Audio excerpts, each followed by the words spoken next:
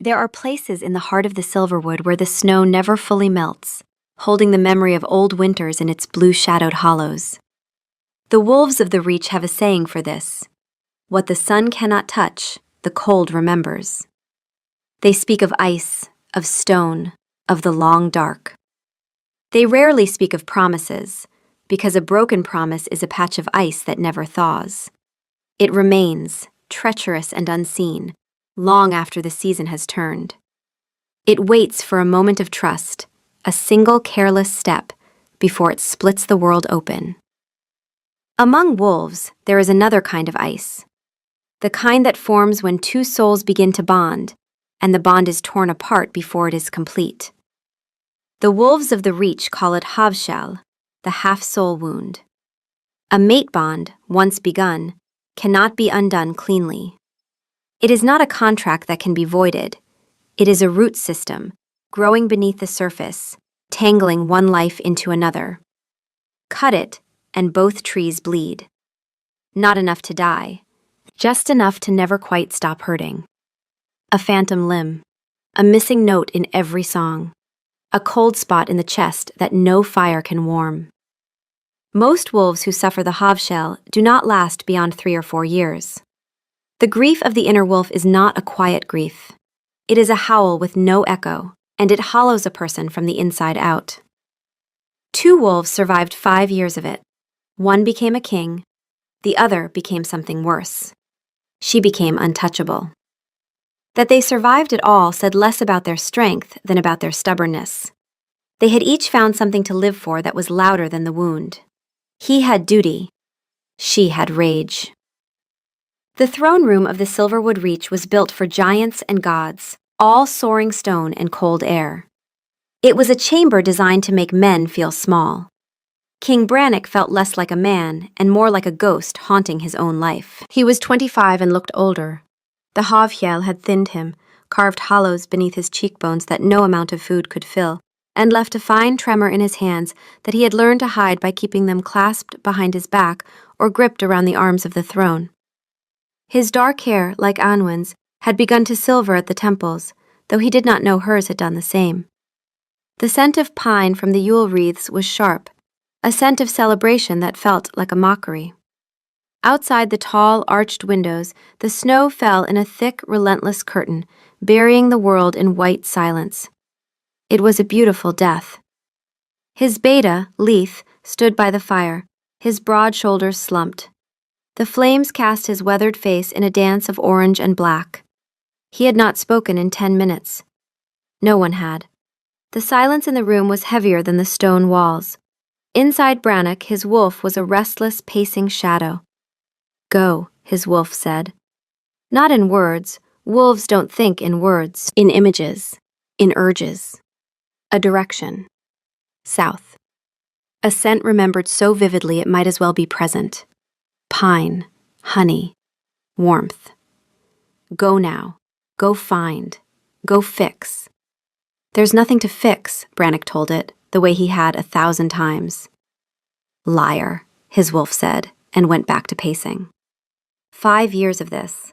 His wolf, a gray, heavy presence he thought of as the gray, older than he was, slower to forgive, probed the gap endlessly, stupidly, finding nothing but pain, and probing again. Brannock felt held together by duty. His wolf felt held together by nothing at all, and resented him for pretending otherwise. Finally, Murdoch, the oldest member of the council, cleared his throat. The sound was like stones grinding together. "The reports from the Southern Valley are unchanged," he said, his voice dry as dust. "The blight holds. The herds are thin. Enor and his blighted fen wolves push at the border, testing our strength." He paused, letting the litany of failures settle. "The granaries will be empty before the first thaw." Brannock didn't look at him. He kept his gaze fixed on the swirling snow. He could feel the hunger of his people as a physical ache in his own gut. It was a phantom pain, the curse of an alpha so deeply bonded to his pack that their suffering was his own. "I know the reports, Murdoch." "Then you know we are out of options," Murdoch pressed, his tone leaving no room for argument. "The eastern trade routes are blocked by Enor. The southern passes are buried. There is only one source left for the grain we need. His gaze moved briefly to Brannock's young cousin, Wyn, who sat at the far end of the table, quiet and watchful. Murdoch had been mentoring the boy for nearly a year now, teaching him law, strategy, the old traditions of succession. A good investment, he called it. A king should always have a strong line behind him. Brannock had thought nothing of it at the time. Perhaps young Wyn might serve as an envoy. No, Brannock said flatly. I'll handle this myself. Murdoch's jaw tightened, but he continued. The Meridian Guild, and its formidable leader. Brannock closed his eyes. Her name was a scar on the inside of his memory, a place he never touched. Anwen. He had not said her name aloud in 5 years. He hadn't needed to. It was always there, a low hum of regret beneath the duties of his crown. And beneath that, deeper, in the place where his wolf lived, the Havjal pulsed like a second, broken heartbeat. The gray surged forward at the name, suddenly alert, suddenly enormous inside him. Her. Go to her. Now. Run. It was not a suggestion. It was a compulsion so strong, Brannock's hands tightened on the arms of his chair to keep himself in it. The gray had no sense of politics, no understanding of pride or betrayal. It only knew that the other half of its soul was out there, alive, and every day of distance was a day of dying. Go. Go now. Stop talking. Run. I can't just run, Brannock told it, the old, exhausted argument. It doesn't work that way. The gray disagreed. The gray always disagreed. It settled back into its pacing, but the weight of its displeasure was a physical thing, pressing behind Brannock's ribs like a held breath. She was alive, he knew that much. The bond, incomplete as it was, told him that. She was alive, and she was far away, and the distance between them was a constant, low-grade agony that he had learned to carry the way a man learns to walk with a stone in his boot. She will refuse, Brannock said, his voice flat. It was not a guess. It was a certainty. She is a merchant, Murdoch countered, a dismissive wave of his hand. Her only loyalty is to coin. If the price is right, she will sell to anyone. Even you.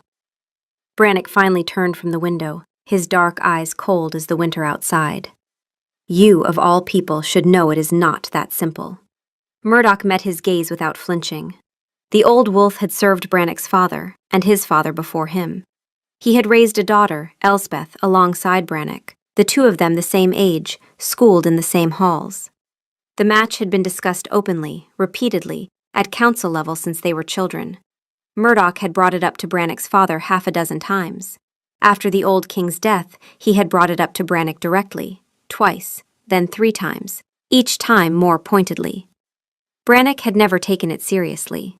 Elspeth was a friend, a familiar face, someone he'd grown up beside the way you grow up beside furniture. He could not imagine her as a wife, any more than he could imagine marrying the library. He had told Murdoch he'd think about it, the way young men say they'll think about things they intend to ignore forever. Then he had met Anwen. And the vague, distant expectation of Elspeth had become irrelevant. He hadn't formally refused because there had never been a formal proposal, just an understanding he'd stopped participating in. He hadn't thought about what that silence cost the man who had spent 20 years building toward it. What happened 5 years ago was statecraft, not a schoolyard squabble. It was necessary. The alliance with the Sunstone Pack was paramount. An alliance that crumbled to dust in less than 2 years, Leith muttered, just loud enough to be heard. Murdoch's eyes narrowed. The girl was unsuitable, the daughter of a traitor. Her name, Brannock said, his voice dangerously quiet, is Anwen, and she now controls the flow of commerce for the 5 northern territories. She could starve us without lighting a single fire. Tell me again how unsuitable she is? The air crackled with a tension that had nothing to do with the coming winter. Murdoch's disapproval was a palpable force in the room. He had mentored Brannock, groomed him for the throne, and spent 20 years assuming that his daughter would sit beside him on it. When Anwen appeared, Murdoch had not merely disapproved, he had acted, and Brannock had let him. He had carved out his own heart to please this man, to secure a future that had never come to pass. The Sunstone marriage had crumbled, and Elspeth, watching the man she'd been groomed to marry walk around the castle like a ghost of himself, had eventually refused the match Murdoch tried to arrange. She had left the Reach 2 years ago and married a minor lord in the east. Murdoch had lost his daughter and his plan, and the bitterness of it had only deepened with time. In its place, Anwen had built an empire. 5 years. She had built it in 5 years. At 20, she had left the Reach with nothing but the clothes on her back and 100 gold marks. By 25, she controlled the arteries of northern commerce. The speed of it was staggering. It was the work of someone who had burned every other part of her life for fuel. "Then you must be more than a king," Murdoch said, his voice softening with something that sounded almost like counsel. "You must be a diplomat. Go to her. Beg if you must. Your pride is not worth more than the lives of your people. Remind her that she was born in the Reach. Appeal to that." A bitter laugh almost escaped Brannock's lips. Appeal to what? To the memory of a boy who had stood with her under a summer moon and promised her a future, only to shatter it in a cold, public proclamation a week later? He had cut that part of her out. He had watched the light in her eyes die and called it a necessary sacrifice. "I will go," Brannock said, the words tasting of ash. "But not to beg, and not to appeal to a home I denied her. I will go as a king seeking a contract." He looked from Murdoch's rigid face to Leith's worried one. "And I will pay whatever price she asks." Leith's gaze held his, and in their silent communication, a single, clear warning passed between them. He knew, as Brannock did, that the price would not be gold. It would be something far, far costlier. And across the room, unseen by either of them, Murdoch allowed himself the faintest ghost of a smile. The king was walking exactly where he needed him to go. The city of Meridian hummed with frenetic energy, 1,000 spices, coal smoke, salt from the distant sea, and people. Wolves were a minority here, their power measured in ledgers, not territory. Anwen's headquarters were a tall building of pale stone and glass overlooking the trade square. The Meridian Guild. Her crest etched into the doors, a balanced scale held in the beak of a raven. They were led to her office, a room of maps and light. One wall was glass. The opposite wall held a vast map of the Northern Territories. His kingdom was a patch of green and silver, looking small and isolated. And then he saw her. She was standing by the window, her back to them, looking out at her city. 5 years. The memory he held of her was of a girl with bright, laughing eyes and hair the color of autumn leaves, her form slender and full of a restless energy.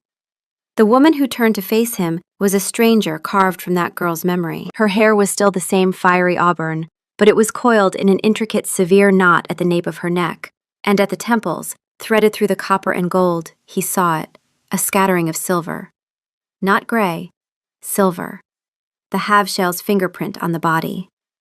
She was 25 years old, and the wound she carried had already begun to write itself into her hair. It hit him like a fist beneath the ribs. She wore a gown of deep blue wool, so dark it was almost black, tailored with a precision that spoke of immense wealth. But it was her face that held him. The softness of youth had been honed into a stunning, sharp beauty. Her cheekbones were high and stark, her mouth a firm line. There were lines at the corners of her eyes that shouldn't have been there yet, the kind that come not from laughter, but from holding one's expression perfectly still for years at a time. She was 25, and she looked like a woman who had never once, in 5 years, stopped clenching her jaw. And her eyes. They were the same shade of mossy green, but the light in them was gone. In its place was a cool, assessing intelligence that gave nothing away. She had learned to make herself a fortress. He was the one who had taught her the necessity of walls. His wolf surged at the sight of her, and the Havsjarl flared so violently he nearly stumbled. Her. Go. Touch. Ours. He gripped the edge of the chair to stay in it. Her scent hit him, muted, flattened, buried under parchment and steel. The scent of a wolf who had caged its own nature. The gray went still with something worse than grief. Bewilderment. And standing there, drowning in the Havsjarl's pull, he remembered the first time he'd fallen in love with her. She had been 17. His father had held a trade council, and Anwen, there as her father's guest, barely old enough to attend, had gotten into an argument with the royal treasurer about grain pricing. She had borrowed a napkin and a piece of charcoal and dismantled the man's calculations line by line, her voice shaking slightly because she was nervous, but her numbers flawless. The treasurer had gone red. Brannick's father had laughed out loud, and Brannick, sitting at the far end of the table with no interest in grain pricing whatsoever, had thought, "Oh, there you are."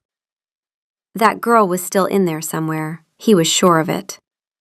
Beside her stood Rue, her infamous right hand, dark-eyed, watchful, with the quiet stillness of a predator. "Your Majesty," Anwen said. Her voice was exactly as he remembered, yet completely different. The warmth was gone, replaced by a smooth, polished civility that was colder than any winter wind. "An unexpected honor." "Anwen," he said, the name feeling foreign on his tongue. He immediately saw his mistake. Her eyes chilled another degree. "The guild master is the proper form of address," she corrected him gently, the gentleness a weapon in itself. "Please, have a seat. Though I confess I am curious. The king of the Silverwood Reach rarely travels so far from his forest." Anwen remained standing. He was the supplicant.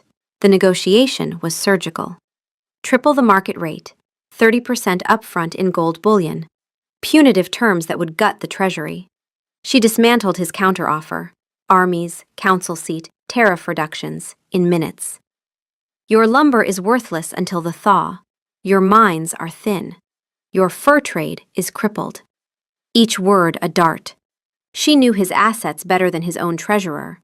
The girl with the napkin had become a woman with an empire, and she was using it to dismantle him. He dropped his armor. "The greatest mistake of my life was not a matter of statecraft. It was losing you." The silence was absolute. A flicker of pain in her eyes, buried under ice. She turned to the window. "The girl you knew is a poor investment, Your Majesty. The price is triple. In gold. You have until sundown." They sat in a private room at an inn that smelled of stale ale. Leith paced. "She hates you," he said, his voice full of sorrowful understanding. "It's not the hot kind. It's cold, settled in, the kind that lasts." "I earned it," Brannick said quietly. "That you did." Leith drained his drink. "So, what do we do?" Before he could answer, a knock. Rue delivered an amended scroll, same financial terms, but a new clause. Anwen would personally oversee grain distribution inside the Reach. Lodging, protection, unrestricted access to all royal granaries. "She wants to come with us," Leith breathed. "Back to the Reach." Brannick understood instantly. Not altruism. She wanted to walk the halls of the castle she had once dreamed of calling home. Not as his bride, but as his creditor. To return as its savior, holding its life in her palm, and we have no choice but to let her. They rode north. Anwen brought Rue and 2 operatives named Colum and Brecken. They needed nothing from Brannick's party. On the 3rd day, Anwen sent Rue back to Meridian to follow the money on the Fenpack. Rue went, but not before delivering a quiet, sincere death threat to Brannick. "She is the only person on this earth I would die for. If anything happens to her in your kingdom, I will come for you, alone, in the dark." Anwen was now walking into the Reach with no true ally. The journey continued. Anwen was remote, untouchable, riding her pale mare with easy grace. She spoke only to Colum and Brecken. One evening, the temperature plummeted. Brannick saw her bare, cold-reddened hands checking a saddle strap. Before he could think, he was holding out his cloak. "Here, yours is fashionable. This one is warm." A flicker of the girl she'd been, surprised, vulnerable, then the mask. "Thank you, Your Majesty, but I am quite comfortable." She turned back to the saddle, absolute as a slammed door. He stood there holding the cloak, feeling like a fool. The gray was livid. She is cold. She is ours. Make her take it. The wolf didn't understand pride. It understood warmth and absence, and nothing in between. She won't let us, Brannock said. Then wait, but do not leave. Later that night, he found her at the edge of camp, hair unpinned in the moonlight, silver threads glinting like frost on copper wire. She was looking south. Why are you doing this? Why come back? She told him about the two vows, power and reckoning. On her neck, in the moonlight, he saw the shadow mark, a faint silvery trace where the bond had begun writing itself into her skin. He had to look away. This is about fulfilling a promise I made to a heartbroken girl a long, long time ago. A howl split the night. Enor's scouts. The fight was short. A wolf lunged for Brannock's exposed side. Anwen threw herself into him, knocking them into the snow. Her wolf surged, eyes blazing gold, a snarl too deep for a human throat. She shoved it back down, shaking. I'm fine. Check the supplies. The guildmaster again, but the mask was cracked. Her wolf had recognized him. The arrival at Silverwood Keep was as cold as Brannock had anticipated. The court received Anwen with a frosty politeness that was more insulting than open hostility. She was impervious. She set up operations in the East Wing and began her audit immediately, and her work was terrifyingly effective. But something she hadn't expected. The common people loved him. Not the court. The court was Murdoch's territory, a nest of bloodline politics and old grievances. But the quartermasters she questioned spoke of the king with rough, genuine warmth. The village elders told her, unsolicited, that Brannock had cut his own household rations to match the common allotment when the famine began. That he had personally ridden to the southern refugee camps in the first weeks of the Blight, not as a show of power, but with wagons of supplies from his own stores. One old woman told her, with the simple conviction of someone stating a fact, "He's a good king. Sad, but good. The sadness makes him kind." Anwen had filed this away behind the fortress and told herself it was irrelevant. But it wasn't irrelevant. It was the thing that made every subsequent revelation harder to bear. It would have been easier if he had been a bad king. A bad king she could dismiss. A good king who had done a terrible thing? That was a knot she didn't know how to untie. But Brannock noticed she wasn't just auditing grain. Late at night, a light burned in her suite. He saw her through a half-open door, bent over military maps of the Reach's borders. Why did a grain merchant need this information? He filed it away. One evening he found her frowning at an old trade route map, a notation in a dialect she couldn't parse. "That's Frostholm notation," he said from the doorway. The crossed line means the route is seasonal, open between first thaw and autumn solstice. She looked up. "You read merchant cartography?" "My father taught me. He said a king who can't read a trade map is a king who'll get cheated." A beat. Something shifted in her expression. Not warmth, but the absence of cold.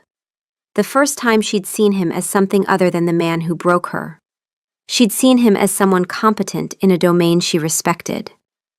"Your father was right." He left. It was nothing. Except it wasn't. On the third day, she addressed the council. Her audit revealed a 30% granary shortfall. Lord Fendrel had been secretly transporting grain to his private keep under cover of night. The blight was real, but the crisis was man-made. Fendrel shot to his feet, his face mottled with fury. "This is an outrage, an accusation from a shopkeeper." The sound that came from Brannock's throat was not a word. It was not a command. It was a growl, low, rolling, and so deep it vibrated in the stone floor and made the candle flames flatten. Every wolf in the room went rigid. Leith's hand moved away from his sword because this was not a threat that required steel. This was the Alpha's wolf, and it was no longer behind the man's eyes. It was in his voice, in his body, in the way the air around the throne seemed to thicken and press down.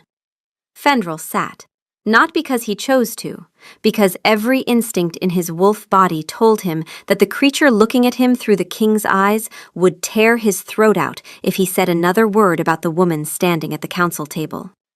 Brannock blinked. The growl faded. He looked mildly confused for a moment. He hadn't meant to do that. The gray had simply taken the wheel. The room was silent. Anwen's gaze was fixed on him, and in her eyes was something he hadn't seen there before. Not warmth, not forgiveness, but recognition. She had seen the wolf. Not through a bond or a scent or a feeling. She had heard it, raw and unmistakable, in a room full of people. And it had spoken on her behalf. She looked away first, but the color in her cheeks had changed, and her hand, resting on the ledger, was no longer quite steady. Brannock stripped Fendrel of his seat, publicly backed Anwen's authority to continue the audit. Murdoch objected on record, positioning himself. Privately, the old wolf smiled. Let her dig. That night, Brannock couldn't sleep. He walked the corridors of the East Wing, not toward her rooms, just near them, the way a man paces near a fire he's been told not to touch. He told himself he was checking the guards. He told himself he was reviewing the patrol schedule. The gray told him he was lying, and he should stop pretending. He turned a corner and found her in the corridor outside the map room, a stack of scrolls in her arms. She hadn't expected him. He hadn't expected her. They stood 4 feet apart in the dim, torchlit hallway, and the Havsial hit them both like a wave. Her scent filled the corridor, pine and honey, stronger than since Meridian. Her wolf was closer to the surface at night. The Havsial pulled them both. His eyes shifted amber gold before he could stop it. She saw. Her breath caught. For one long moment, the 4 feet felt like inches. He stepped back. She said, "Go." Her voice was not steady. Neither mentioned it, but the space between them was no longer cold. It was charged. The library, their old sanctuary, all paper and beeswax and worn leather. She was tracing book spines when he entered, and a memory hit him so hard it winded him. She had done this exact thing at 17, the first time he'd brought her here. She had touched the spines like sacred things and whispered, "You have Alaron's compendium? This is supposed to be lost." And he had said, "You can borrow it." And she had looked at him as if he'd offered her a kingdom. Something passed between them now, a flicker of the same memory.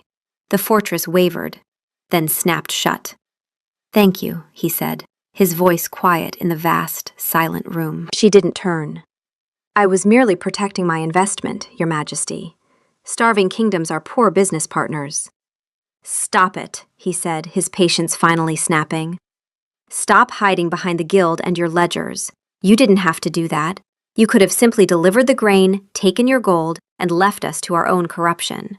You exposed Fendrel because it was the right thing to do." She finally turned to face him, her green eyes flashing with a fire he hadn't seen since the day he broke her. "The right thing to do? And what would you know of that, Brannock? Is that what you told yourself when you stood before the court and announced your betrothal to a woman you barely knew? Was that the right thing to do?"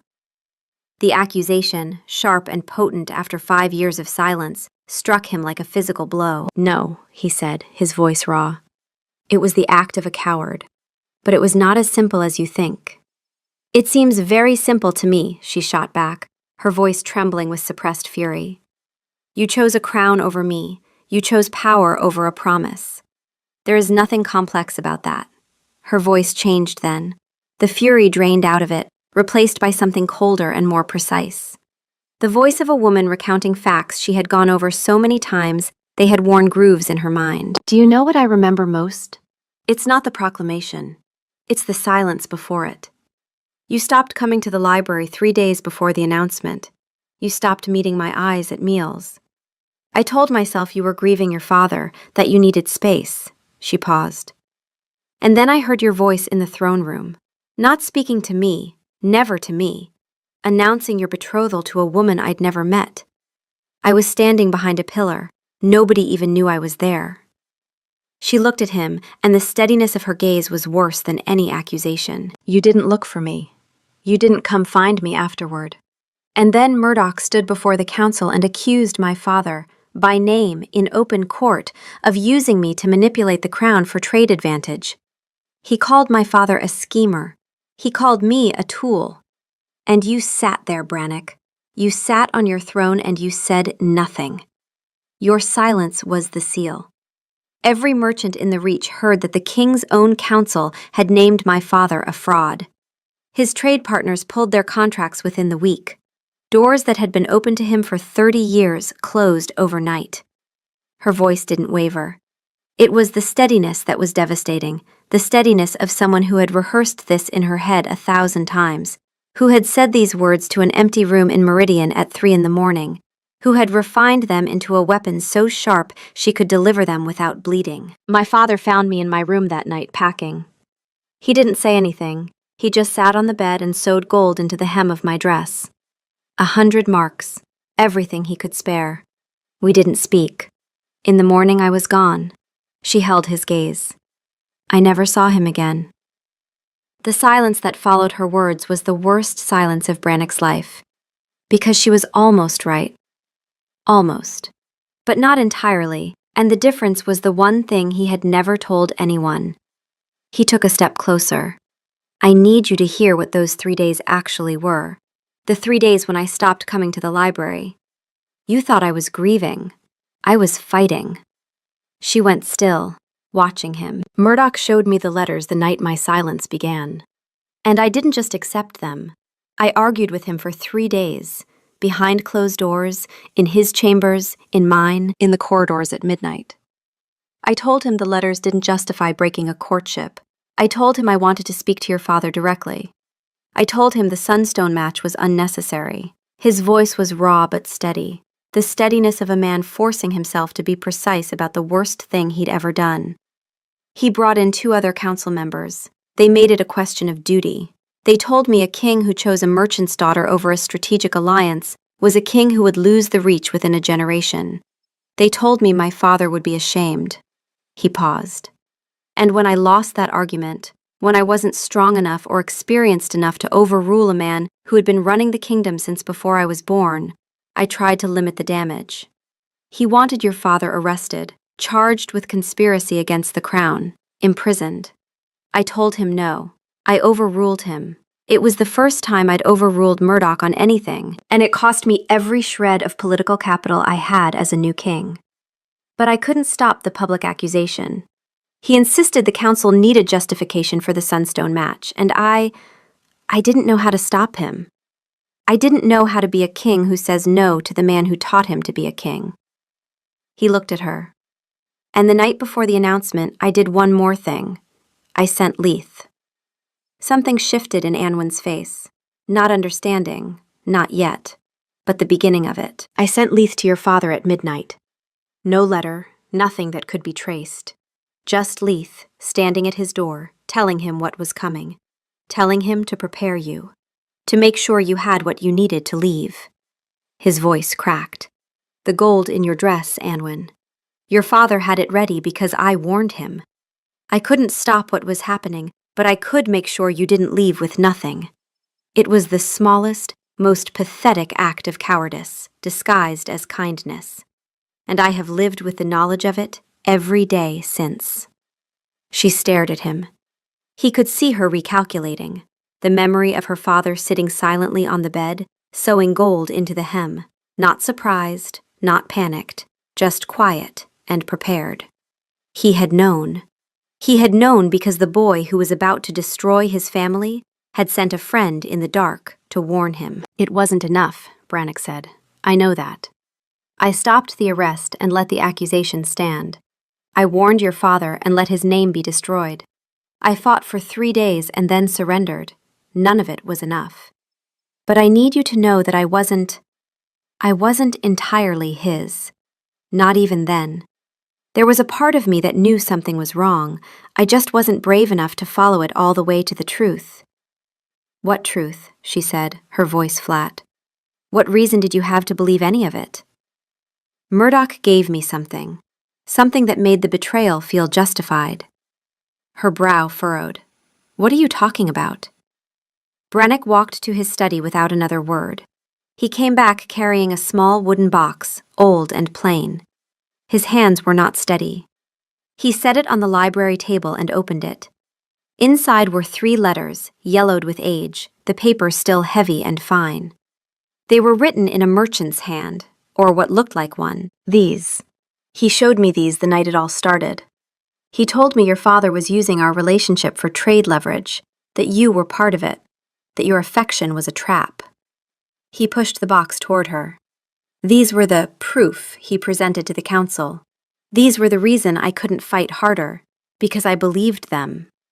Anwen's hand went to the edge of the table, steadying herself. She stared at the letters as if they were coiled snakes. Read them, he said. She reached out, read the first letter, her father's supposed assessment of the courtship as useful for the guild. Her jaw tightened. The second described fabricated conversations about deepening the boy's attachment. Her hands began to shake. The third letter called her the bait. It described her affection as a deployment, a tool. She got halfway through and stopped, pressed both hands flat against the table, fingers white against dark wood. This isn't his hand, she whispered. The slant is wrong. My father wrote with his left hand. Her voice cracked. He would never. She forced herself to finish it. Read the word bait in her dead father's forged voice. He lied.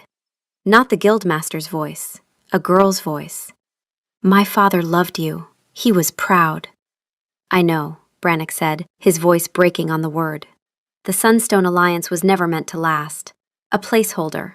A weak marriage designed to dissolve, leaving me single and... He stopped, the pattern clicking into place. Elsbeth. My God. It was always about Elsbeth, Murdoch's daughter. He removed you so the path would be clear for her. And when the Havjal destroyed me and Elsbeth refused the match, he lost everything. He destroyed everything and got nothing. The silence was thick. And He stopped. The word wouldn't come. Your His throat closed around it. He looked at the floor. When he spoke again, his voice was rough and stripped of everything but the bare, ugly truth. Your father's guild collapsed after you left. I blocked the arrest. I told you that. But the accusation itself spread through every trade hall in the Reach within days. I stopped the chains and told myself that was enough. It wasn't. Every partner your father had, every contract, every handshake deal built on 30 years of trust, gone. Because the king's own council had called him a fraud, and the king had only fought hard enough to keep him out of prison, not hard enough to keep his name clean. The man who had been so proud, the man who sewed gold into your dress so you wouldn't go hungry. Brannick's hands were fists at his sides, his knuckles white. He died the following winter. Alone. His guild bankrupt, his daughter gone, his name destroyed by forged letters that I fought against half-heartedly and believed completely. He forced himself to look at her. I did the minimum, and the minimum killed him. Anwen stood perfectly still. Her face had gone the color of parchment. Something behind her eyes was rearranging itself. The architecture of 5 years of certainty shifting, cracking, beginning to collapse. She had sealed her father's death into a clean story, the price of Brannick's ambition. The hardest, coldest stone in the wall she'd built. Now the stone was dissolving, and the wall had nothing to stand on. Now she learned it was the price of a lie, and not even an ambitious lie, a frightened one. A lie told by a paranoid old man to a frightened boy, and her father had paid for it with everything. She didn't respond. She couldn't. She picked up the 3 letters with hands that shook so badly the parchment rattled, and she carried them to the library hearth. She knelt before the fire. She fed them in one by one. She didn't watch them burn with the ceremonial deliberateness of a woman choosing to let go. She fed them in with the mechanical, numb precision of someone who had just been gutted and was operating on the last fumes of muscle memory. The first letter curled and blackened. The second caught quickly, the dry parchment flaring bright before collapsing into ash. The third, the one with the word bait, she held a moment longer, staring at it. and then she placed it in the flames and watched her father's forged voice disintegrate. When the last one was gone, she stayed kneeling by the fire. Her face was wet. She hadn't made a sound. The tears had come silently, the way grief comes when it is too deep for sobbing. Brannock was on his knees across the room. Not a gesture. His legs had given out somewhere during the telling, when the word father had stuck in his throat, and he had not gotten back up. He stayed there on the stone floor of the library, and he didn't approach her, didn't offer comfort. He had no right to comfort. Two figures kneeling in a library full of ghosts, and the silence between them was the most honest thing they had shared in 5 years. "I don't expect you to forgive me, Anwen," he said, his voice barely above a whisper. "God knows I don't deserve it. But I need you to know the truth, all of it. And I need you to know that the words 'I'm sorry' are pathetically, insultingly inadequate. And I am saying them anyway, because you deserve to hear them even if they change nothing. Even if nothing ever changes." He left first. He stood, slowly, and walked to the door. He didn't look back. He couldn't. He gave her the only thing he could, the privacy to fall apart without an audience.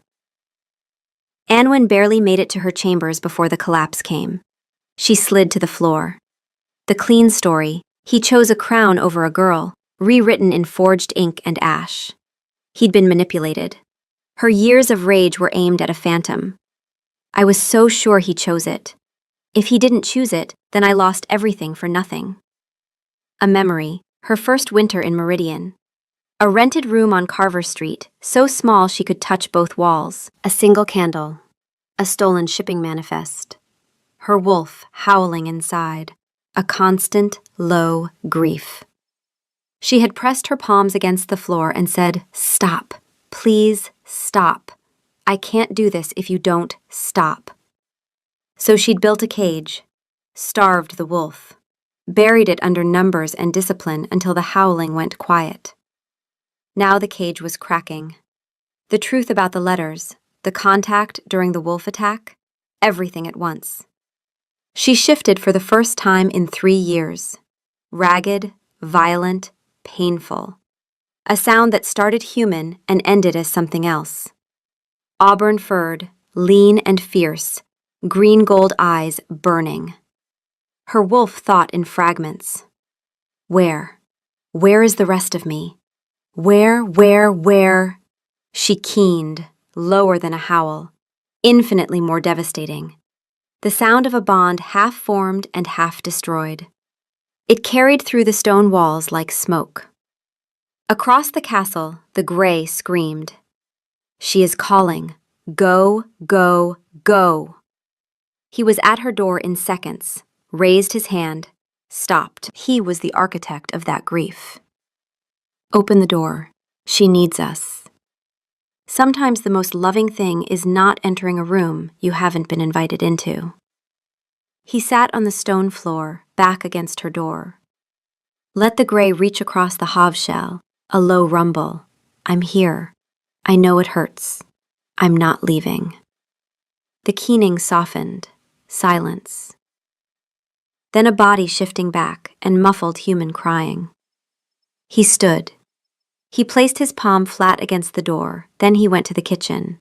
He made tea, badly, the way he always did, the way Leith once said tasted like sadness dissolved in hot water. He carried it back and set it on the stone floor outside her door, still steaming. No knock, no note, just warmth, left where she could find it if she wanted. The next morning, Anwen appeared at breakfast immaculate, composure like armor. She spoke of grain allocations. No one knew what had happened except Brannock, but on the way down she had found the tea, cold now, hours old. She had stood looking at it for a long time. Then she'd picked it up and carried it inside, and her door, when she closed it, she left an inch open. The smallest gesture in the world. It was enough. Ruse-coded intelligence arrived. Enor had been funded through Murdoch's old border contacts, enough to hire mercenaries and clear Kestrel Pass. The money traced back to Murdoch, not strategy, spite. He'd sacrificed Anwen for Elspeth. Elspeth had refused. And rather than live with the wreckage, He'd chosen to burn it all down. If he couldn't have his daughter on the throne, he'd put Wyn there, a boy he could control. Anor doesn't care about promises, Anwin said. He's desperate and hungry. Murdoch assumed he could use him and discard him, but desperate wolves don't stop when you tell them to. Murdoch built a weapon he can't control. He underestimated you, Brannock said. He saw a merchant's daughter.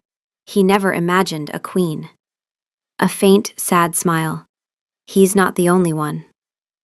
Brannock mustered the royal guard for Kestrel Pass. Anwin deployed guild agents to spread disinformation, plague rumors to buy time. Colm and Brecken began evacuating refugees to the northern monasteries. She funded it herself, not for a contract, because it was right. Why? He asked, his voice rough. Because that kingdom you were so desperate to save all those years ago, she said softly. That kingdom I hated for so long. I think it might finally be worth saving. Before the guard could ride out, Wyn came to Brannock. The boy was ashen, shaking. He told me I would be king, Wyn whispered.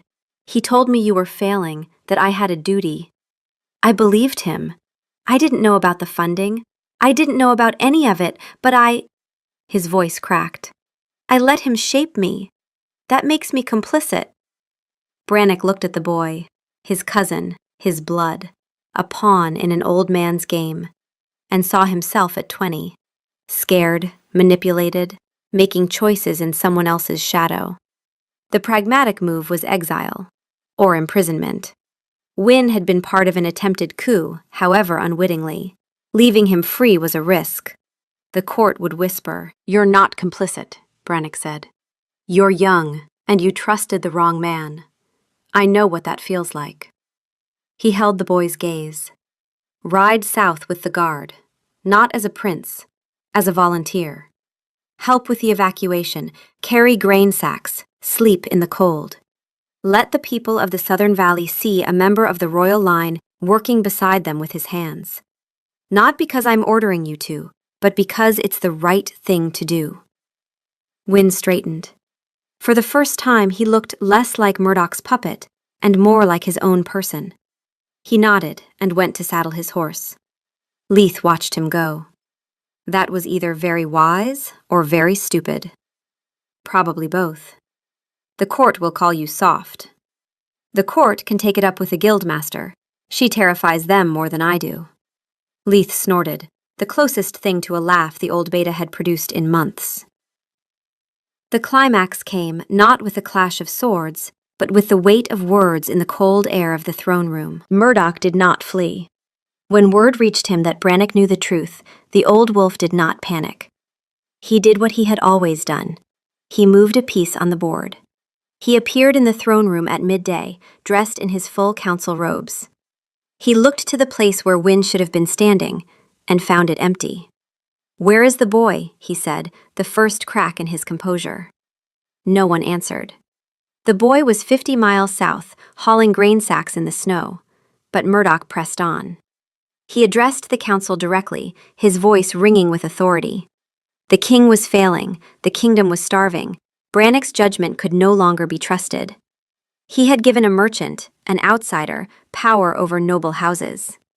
He had weakened the throne with his sentimentality. The Reach deserved strength.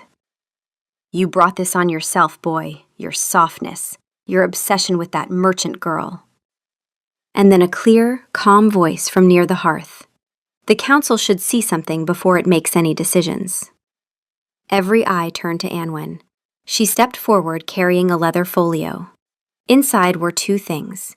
The ashes of Murdoch's forged letters were gone, burned in the library. But Anwin had not come unprepared. She had spent the week having her own people work. Rue, before leaving for Meridian, had made copies of the originals. And Anwin had obtained, through the guild's archives, 3 authentic letters written by Anwin's father, real ones, with his true, left-slanting hand. She laid them side by side on the council table, the forgeries and the originals. The difference was obvious to anyone who looked, the slant, the spacing, the way the real letters looped their vowels. A father's actual handwriting next to a liar's imitation of it. "Murdoch forged these letters 5 years ago," Anwin said, her voice carrying across the chamber. He destroyed a courtship, a guild, and a man's life to clear the path for his own daughter to become queen. He funded the Fenpack. He manufactured this crisis. Murdoch turned to the council. You would take the word of a merchant, an outsider, over a founding family? The room wavered. Whispers. Old loyalties pulling against new evidence. Brannock stood. 5 years ago, I sat in this room while accusations were made against an innocent man, and I said nothing. I let my silence be the crown's endorsement of a lie. He walked down from the throne and stood beside Anwen. Not behind her, beside her. If this council trusts Murdoch's word over the evidence on this table, then it can have my crown. I will abdicate before I let another innocent name be destroyed in this room. He had staked his kingship on her word, the exact inverse of what he'd done 5 years ago. And the room knew it. Anwen knew it. Her hand, hidden in her skirt, gripped the fabric so hard her knuckles went white.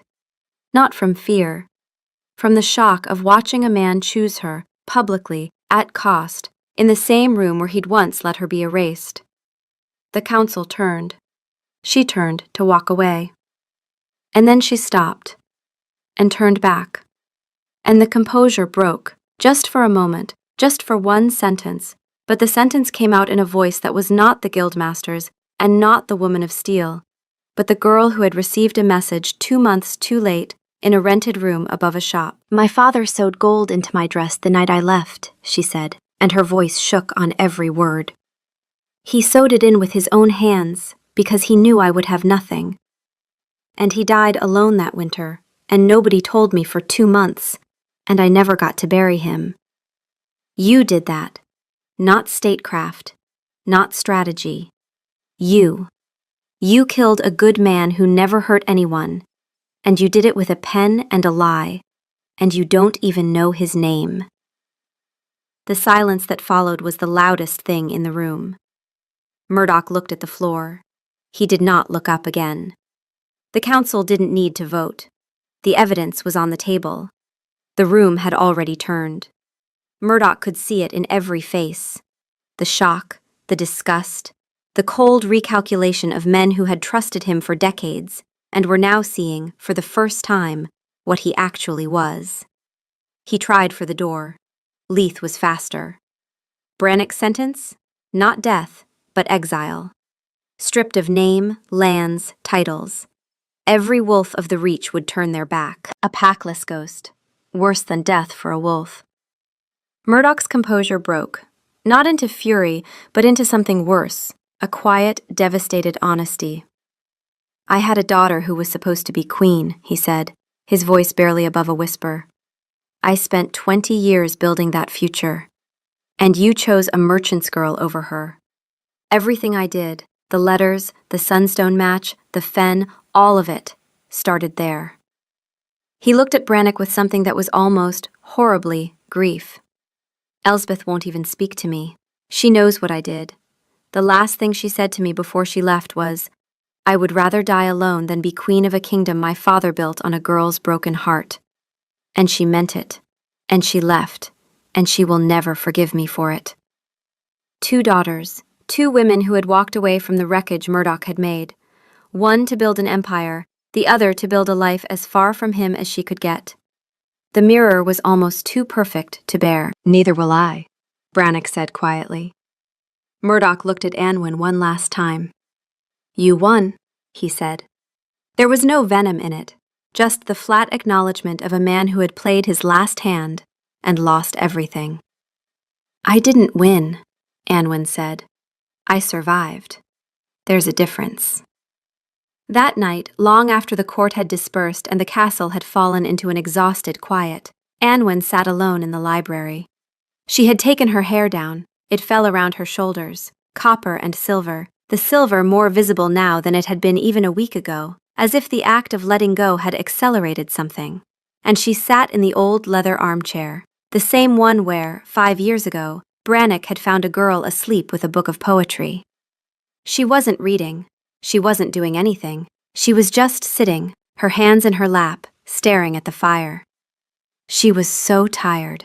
Not the tiredness of a long day or a hard negotiation, The tiredness of 5 years. The bone-deep exhaustion of a woman who had been performing invulnerability since she was 20 years old, who had built her entire self around a wound, and who now sat in the ruins of the story she had used as scaffolding, with nothing left to hold up.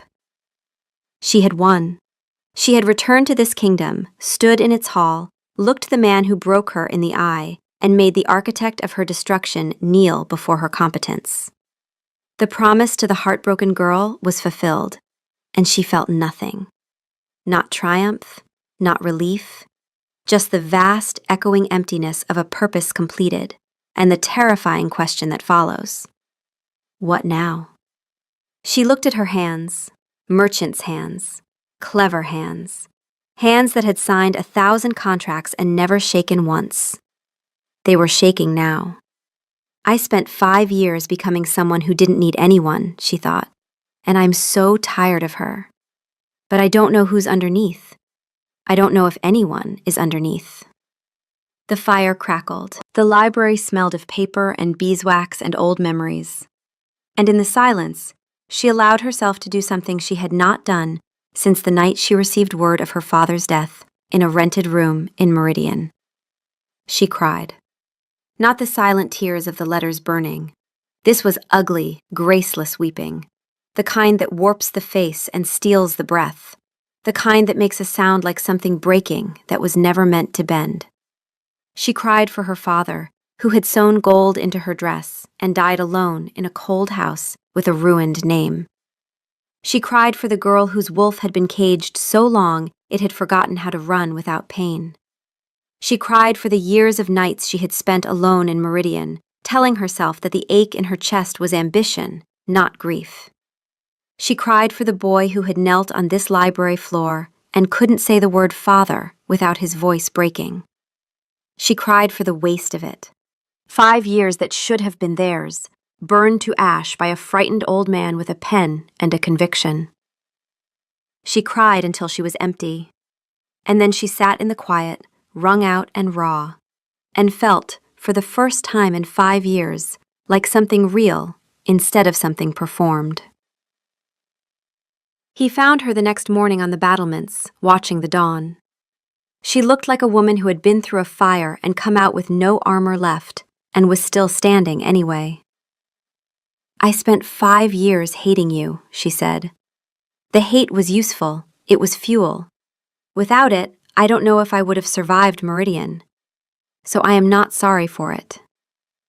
She turned to face him, eyes red-rimmed. But I need to know.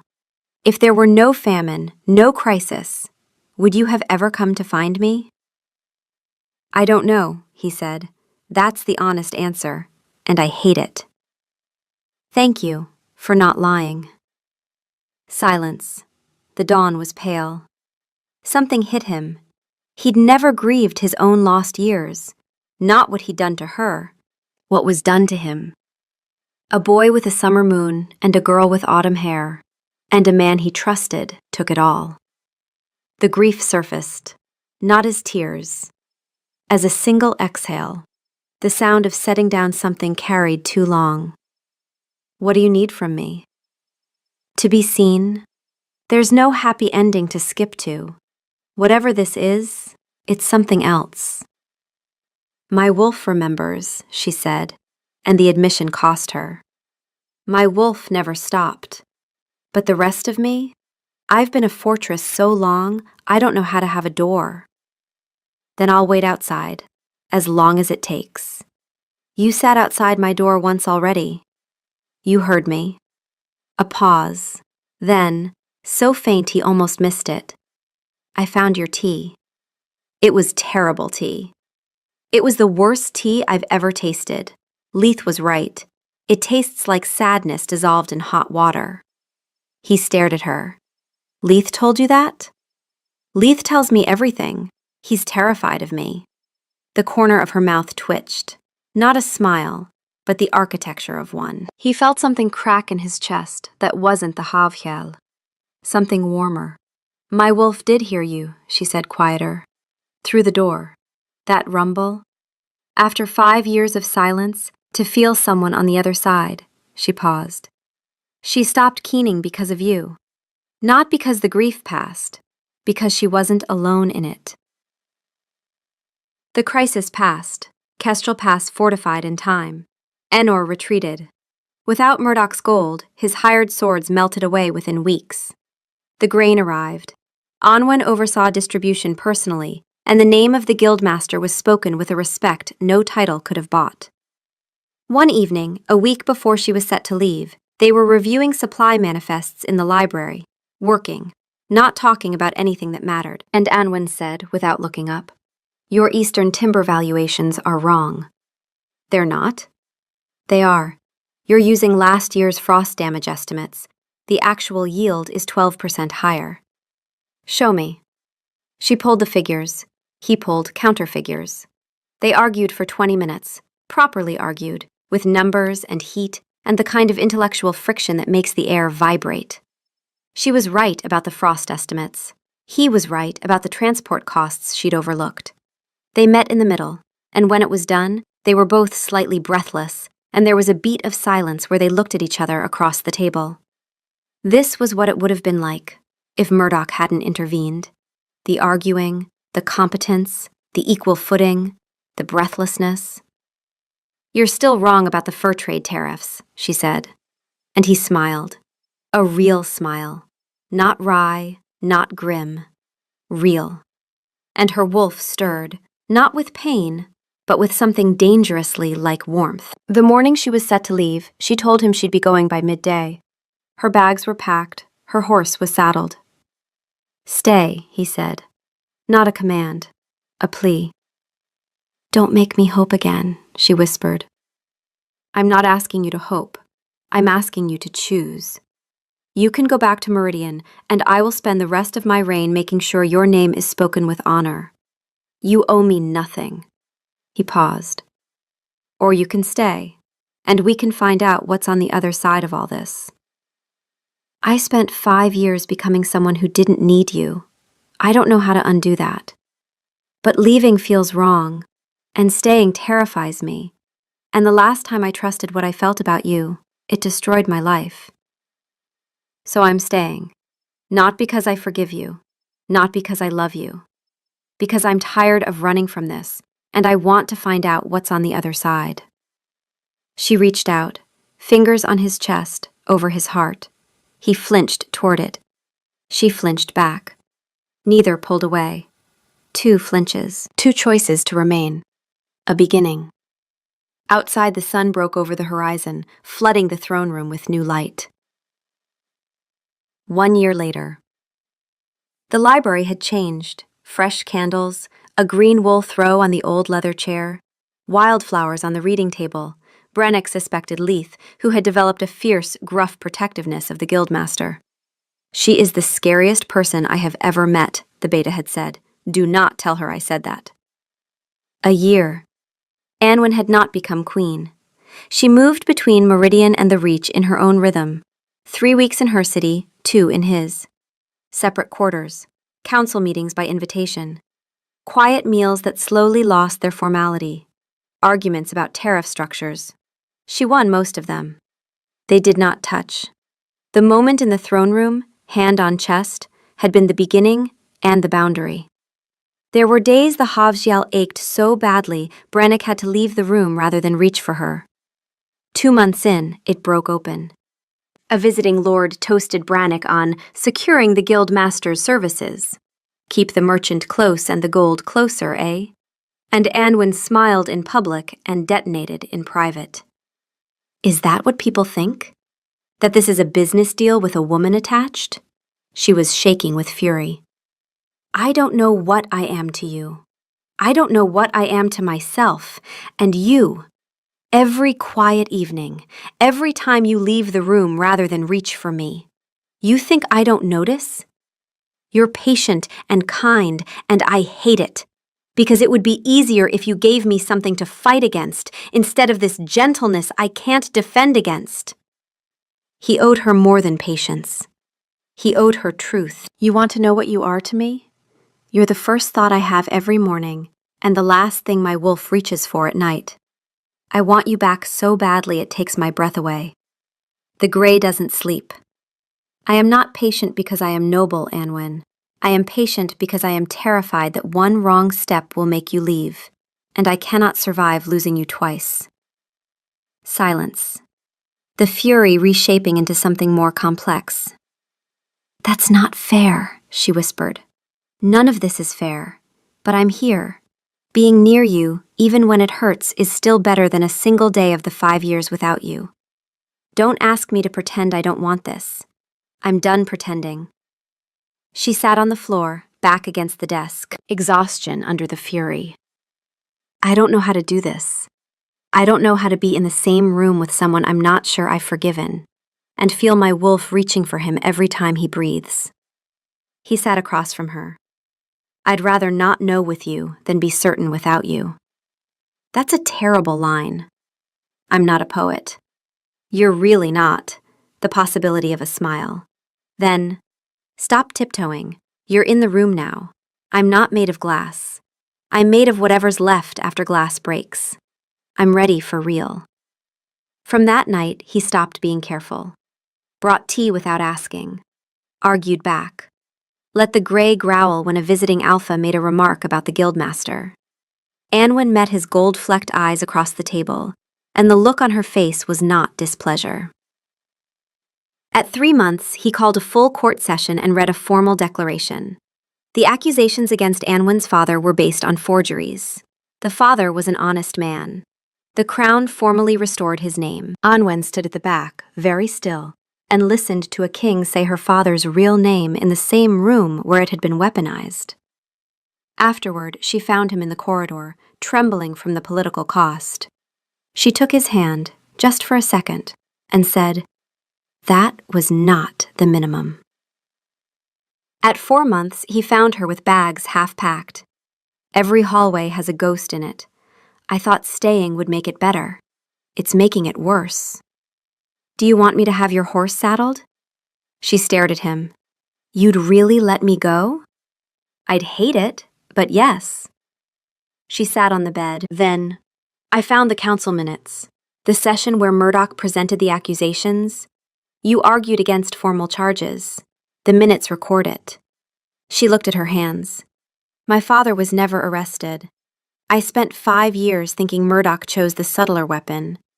I didn't know it was because a 20-year-old boy stood up and said, "This is enough." I did the minimum. My father would have liked you for the minimum. He was always generous with people who were trying. She unpacked the bag. She stayed. A night in late spring, library fire burned to embers. She said his name, she rarely did, and stood, and there was something in the way she moved that made his heart hammer. She unpinned her hair. Auburn and silver in the ember light. Then she tilted her head, exposing the shadow mark on her neck, the trace of a bond written and ripped away. She couldn't meet his eyes while she did it. The vulnerability was too immense. His wolf went perfectly quiet. The way a wolf goes quiet when something sacred is happening. Are you sure? He whispered. She turned to face him, eyes bright, wet, more open than he'd ever seen them. The fortress was gone. Behind it was the girl, and the woman, and the wolf, and the merchant, and the grieving daughter, all at once, undefended. I've been sure for 5 years, she said. Her voice breaking on the last word, the way a frozen river breaks in spring. I was just too angry to admit it. He stood, slowly. His fingers hovered over the mark, not touching, giving her one more breath of choice. She pressed the mark into his palm. The Havgel ignited, not with pain. For the first time in 5 years, not with pain. The bond reached for its other half and found it. It was like a key turning, like a lung filling, like coming home to a house you thought had burned down and finding it whole. Her wolf went quiet. Found it. Here. Stay, stay, stay. And then the wolves moved. A sound from his chest, the gray made physical, a rumble that vibrated through his ribcage into hers. Mine. Found. Never letting go. His eyes went amber gold. She answered, a trembling hum that matched his frequency. Her fingers curled into his shirt, not gently. The wolves pressed them closer with insistent, tender pressure. Heat. Real, physical, radiating. "I'm not going to be an easy queen," she murmured. "I know. I'm keeping the guild. I know. Tariffs. Constantly. I'm counting on it." She was crying and smiling, the real smile, the one from the library with the poetry book, the one he thought he'd killed. 6 years, she said softly. 6 years, and you're still here. "I never won't be," he said. She kissed him, not gently. His teeth grazed her lip. She gasped and gripped harder, a sound from her mouth not entirely human. 6 years dissolved in the heat of a kiss that tasted like pine smoke and salt, and the bravest kind of surrender. Outside, the Silverwood was waking. Ice melting in the deepest hollows, water running through dark earth, reaching roots that had been waiting, feeding seeds that had been patient long enough. The old words went, "What the sun cannot touch, the cold remembers." The new words finished the sentence, "What the cold remembers, the spring forgives."